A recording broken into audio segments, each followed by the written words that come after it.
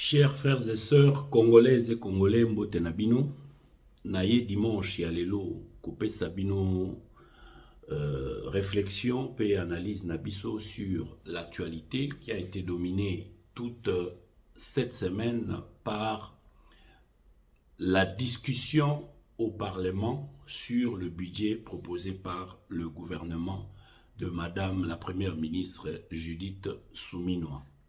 Nga ezaka ndeko na bino babi balukuna ndenge tozolo ba mikolo ke ezali ingrédient épices o ezo manqué pona sauce ekoka kosimba bilubu ezolamba manango sauce ezolamba manango mais goût ezozanga parce que épices moko ezo manqué yango yo liboso na bino.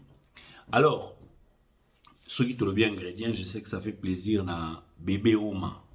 Bébé Oma et azo sepela na appellation wana.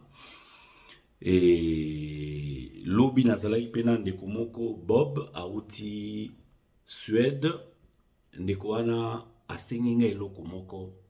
Tozalaki dans un café restaurant, on va dire, un restaurant parce qu'on y mange surtout. Il y a ba Burundais.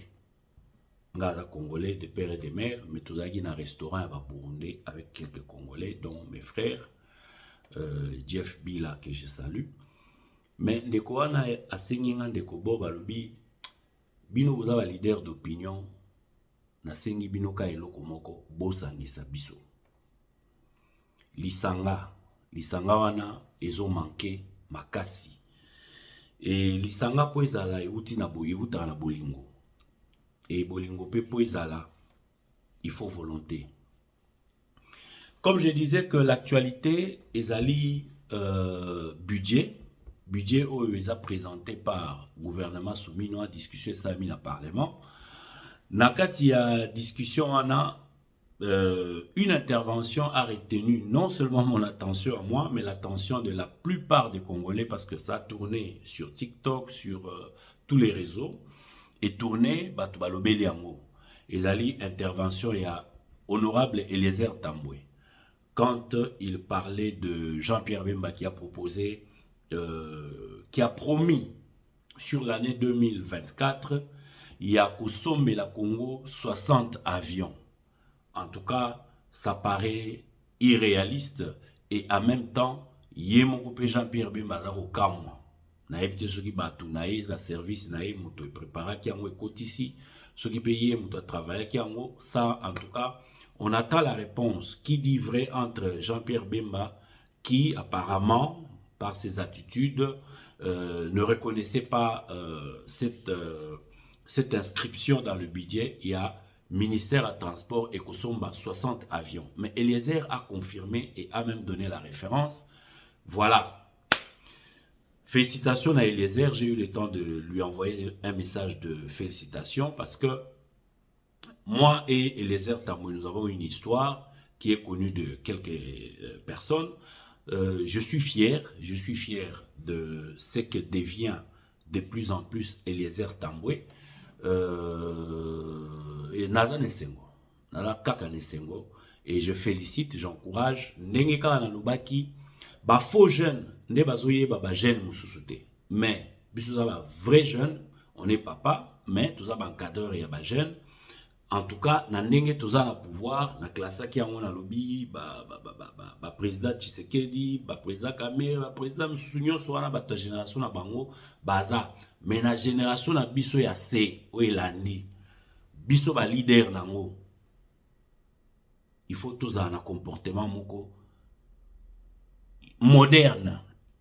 Alors, yango naza koloba na komisaki Constant Mutamba ba jour nyoso le kakiawa c'est amoko kaka ya ordonnance oyo ya bien oyo Félix Tshisekedi asalaki mais ba mususu tout wana c'est na lobaki yango tozo sur la pembe eza ba foin parce que bato wana bazo produire eloko te soki tsko totali na ba député oyo parlement ou population aponi en tout cas Eliezer a commis déjà coupé sa encouragement, ça courage, ça espoir que Moussa Lezo kene malamu et nazomo na bango pena Constant Mutamba c'est sûr coéquipage wana ezo sala bien Mais Moutamba pe à la grâce songi pour niveau c'est qui Jean-Pierre Bemba. Non, non, non, non, non, non. Niveau c'est qui Jean-Pierre Bemba. On dit bayokana les airs. Mais ce peu bayokana qui en tout cas ils a bon coup parce que il faut commencer à parler à nos politiciens koyebisa bango vérité. Surtout si sali temps. Faut koyebisa bango vérité. Na lo barango tout le temps. Toza na politique awa, soko vandi olobia, papa Etienne Tshisekedi ozoyeba état de droit. On se souvient quand même de ces histoires-là.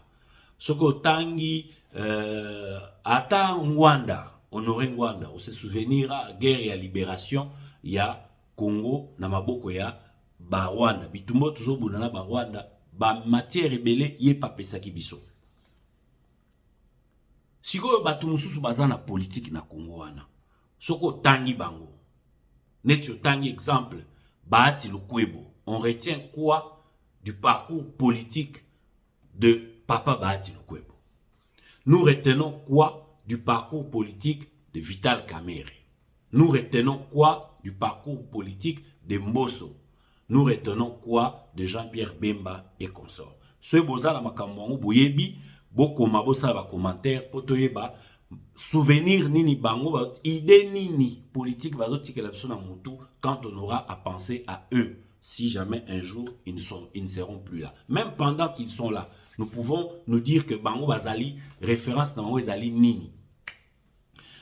Il y a aussi un autre député na bosani komonae oya lobaki makambu ya Koiba Mekotika Bilembo. Il faisait allusion na ancien premier ministre Matata Mponyo Oyo Soki effectivement Aibaki Tomoni Université Oyo Ezana Soki effectivement Matata Mponyo Aibaki Université na makamboazo sala na Kindu Ezo monana et monani na misu. Donc partant de cette réflexion, moi je pose la question. Nos politiciens ont basu ba pouvoir. Uti mutuna mboka na ye na village na ye. Bazuti ke la Congo, ba mboka na bango wana nini.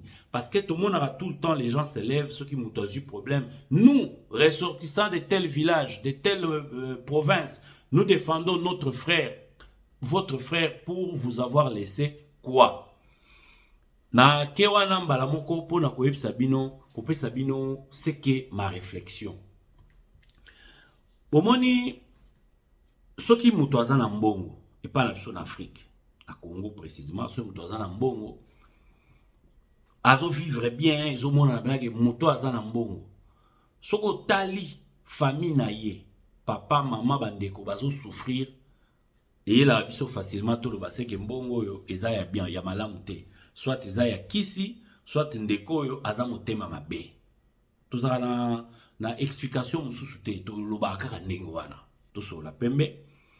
Donc sikoyo soko tali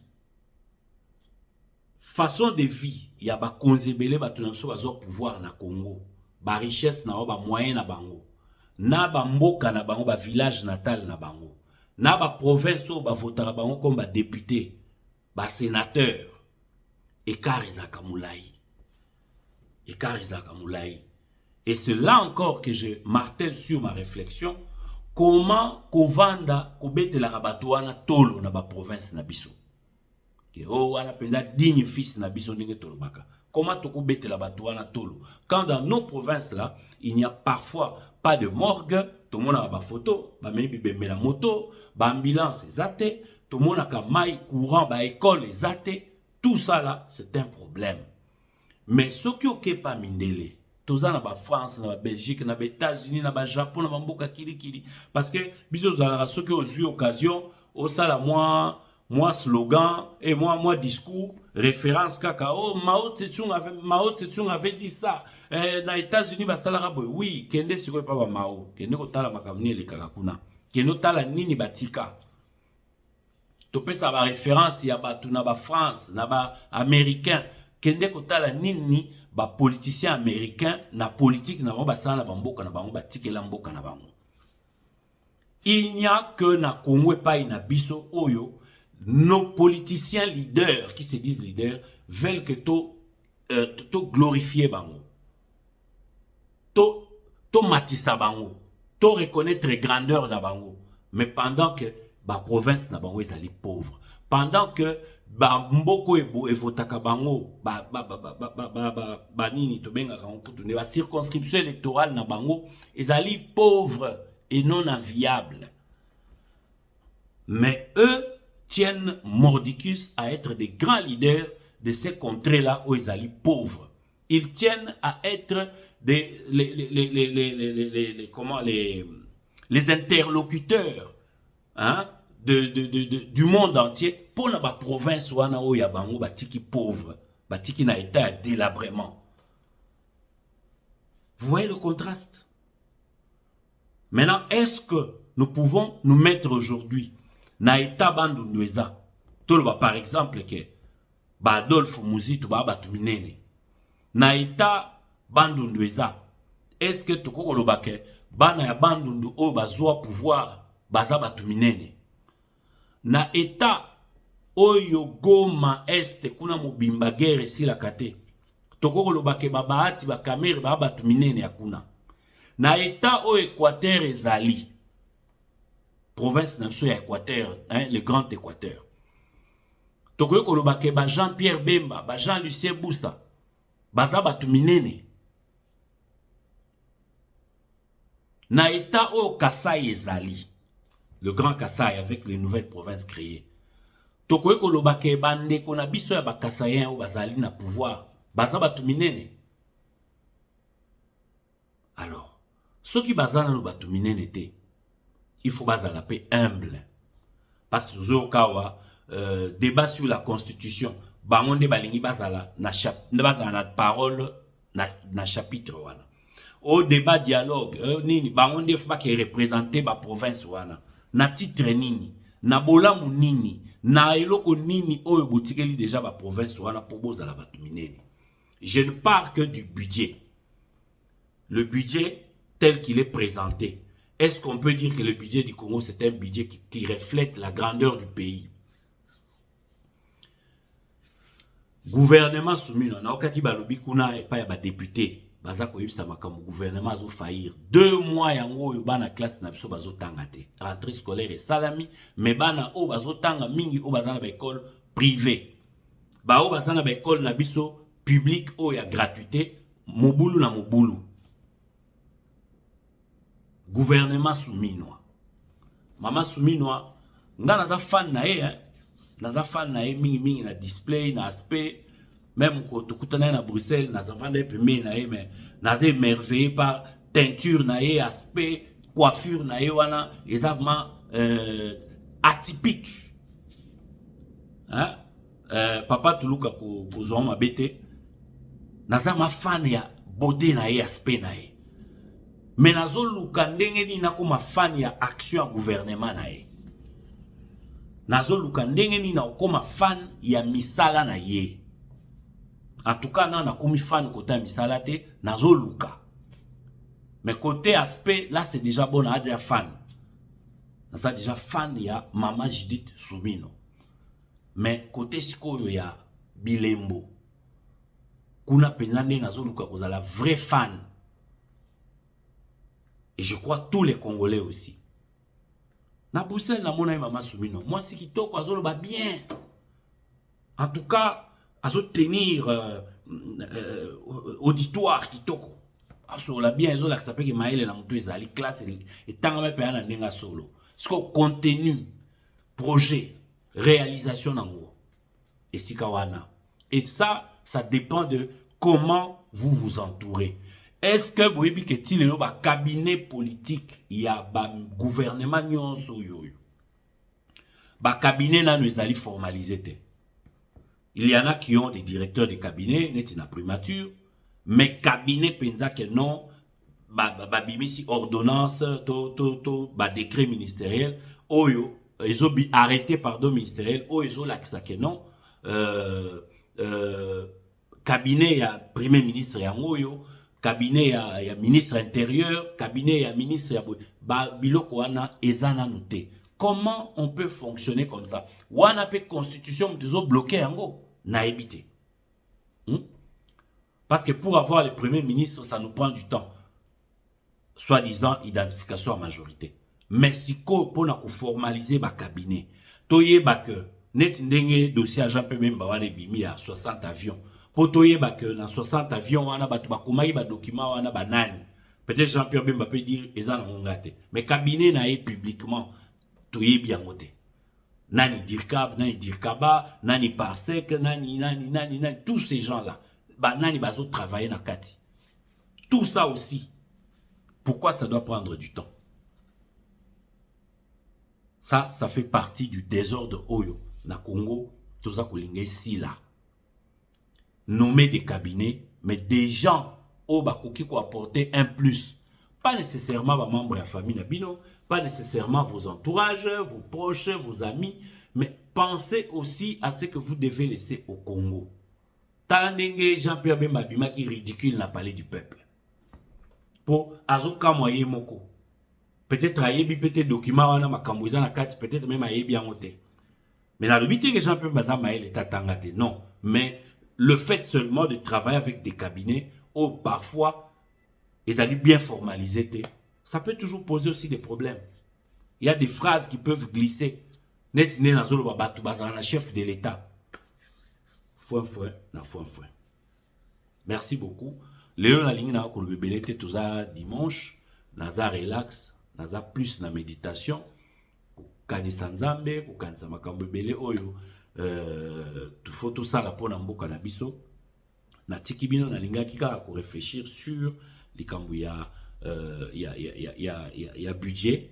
Na ndenge ba discussion ezokende na kati ya parlement pour na tozala na budget moko ezali réaliste. Un budget doit pouvoir être réaliste. Un budget doit pouvoir être faisable, réalisable. Pas seulement un budget imaginaire pour faire plaisir à l'opinion. Parce que Nassima, c'est cette même opinion qui va souffrir. J'ai fini par là et à très bientôt. Merci.